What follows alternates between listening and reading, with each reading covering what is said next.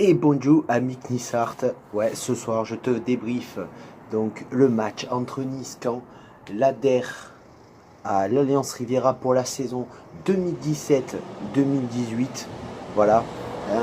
Et quelle superbe victoire de nos Aiglons, 4-1, superbe victoire 4-1, hein, déjà au bout de la deuxième minute, but de Super Mario qui n'arrive pas à trouver de solution et frappe de 25 mètres. La frappe est tendue, bien puissante et elle va au fond défiler. Ça fait 1-0 pour l'OGC Nice. À la 10e minute, penalty tiré par Super Mario et l'arbitre décide de faire retirer le penalty. Alors apparemment, je pense que c'est par rapport au fait qu'il a marqué un temps d'arrêt. Et qu'il a fait retirer le penalty. Mais si tu regardes bien, j'ai bien regardé les ralentis, ouais, il marque un temps d'arrêt, mais il coupe pas l'élan de sa trajectoire, enfin, ça coupe pas sa course. Donc pour moi, le penalty n'est pas à retirer. Après, à ta guise, tu vois. Mais pour moi, le penalty n'est pas à retirer. Super Mario prend ses responsabilités, il le retire une deuxième fois.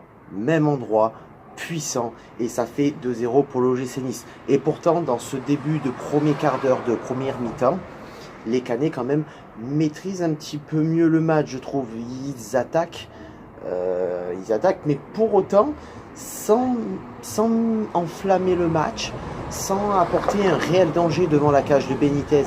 Ce qui fait que les Niçois derrière peuvent procéder en contre rapide, organiser leur action, organiser leur possession, hein, et ils apportent quand même un réel danger à chaque occasion. Le match en tout cas est bien engagé au bout d'un quart d'heure. Au bout d'une demi-heure de jeu, hein, les Niçois réorganisent leur jeu, leur stratégie, leur technique. Ils récupèrent la possession de balle. On recommence à jouer notre jeu habituel, hein. Et les Canets ne touchent plus un ballon. Ils n'arrivent plus trop à avancer, ils n'arrivent plus à récupérer la balle. C'est comment dire, les Niçois retirent le ballon au Canet et ils essayent de procéder en contre rapide. En fait, ils essayent de faire comme nous dans le premier quart d'heure de jeu. L'équipe a mis du temps à se mettre en place dans cette première mi-temps.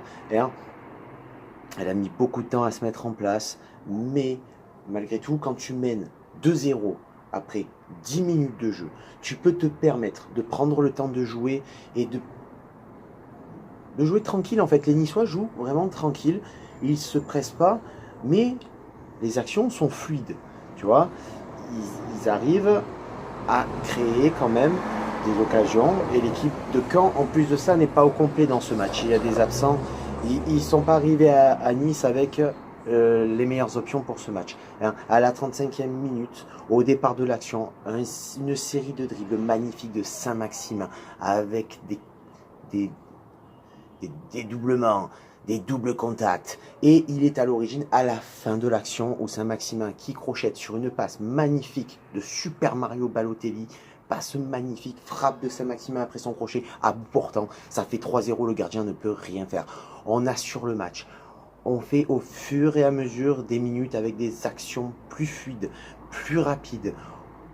On a récupéré notre jeu d'avant. On n'est pas comme contre Marseille par exemple ou contre Strasbourg.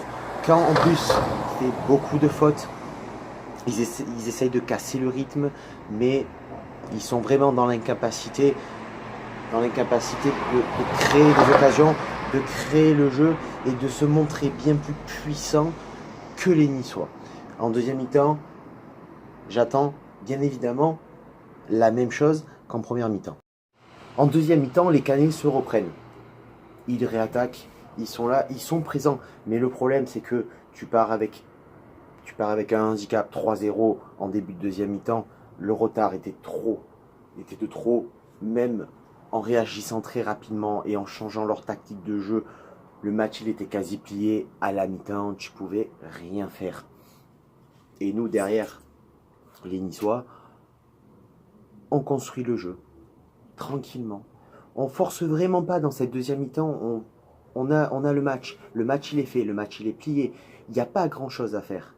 Si ce n'est que de maintenir cette possession de balle, de faire des bonnes passes, de jouer le jeu qu'on joue habituellement. Il n'y a pas besoin de faire plus, il n'y a pas besoin de faire moins. Et tu le vois, quand tu vois des actions avec Super Mario, avec Mika Le Bihan, qui dribble dans la surface de réparation tous les défenseurs, et aucun défenseur n'est capable d'arrêter ni Mario, ni Mika. Aucun. Et même, tu le vois, surtout Mario a été au top sur ce match. Ça a été vraiment... Il mérite presque un 10 sur 10 sur ce match. Il a fait des gestes techniques magnifiques, de grande classe.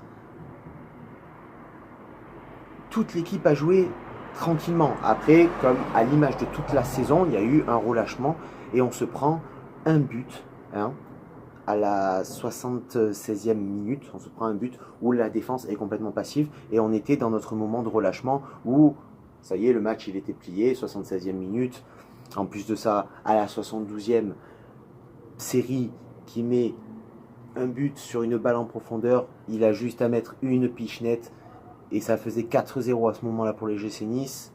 Dans notre moment de faiblesse, on a encaissé notre but et c'est à l'image de toute notre saison cette année où je vous ferai une vidéo qui résumera toute la saison à la fin du championnat. On pourra en parler. Et voilà, comme je disais, à 83e minute, Mika Le Bihan qui dribble toute la défense. Et on voit que le match était totalement maîtrisé, surtout en deuxième mi-temps. Même si les Canets ont eu un regain de... C'était pas suffisant, le match il était fini. Tu vois, à la 80e minute, donc Le Bihan qui rentre à la place de Pléa, Srarfi qui rentre à la place de Tamézé. Et à la 89e, Burner qui rentre à la place de Souquet. Maintenant, au compteur, but pour le match contre Lyon. Rennes a gagné contre Paris, ce qui ne nous arrange pas. Saint-Etienne a perdu à Monaco. Ça, c'est bon pour nous. En fait, je pense qu'au niveau comptabilité, on pourra que au mieux finir 6e si on fait minimum match nul contre Lyon, parce que Saint-Etienne ne nous passera pas devant par rapport au goal average. Et on finira 6e. On sera obligé de passer par les tours préliminaires, mais on pourra accéder à l'Europa League. Donc, samedi prochain, 11 guerriers, 11 gladiateurs, tout ce que tu veux, je m'en bats les couilles. Vous posez vos couilles sur la pelouse, quitte à les ramasser, à les faire ramasser par quelqu'un d'autre tellement que vous serez épuisé. Mais le match contre Lyon, il faut soit le gagner pour être sûr et certain, soit faire match nul. Mais il va falloir y aller à fond, les gars. Il va falloir aller à fond. Je vous donne rendez-vous donc la semaine prochaine pour cette finale unique. Ce ne sera pas la finale de l'Europa League, mais grosse finale pour nous, les Nissart. Et ça sera une énorme vidéo, je pense, notamment si on se qualifie pour l'Europa League. Sur ce, ciao viva, la Bayeta, et n'oubliez pas de donner vos pronostics à la fin.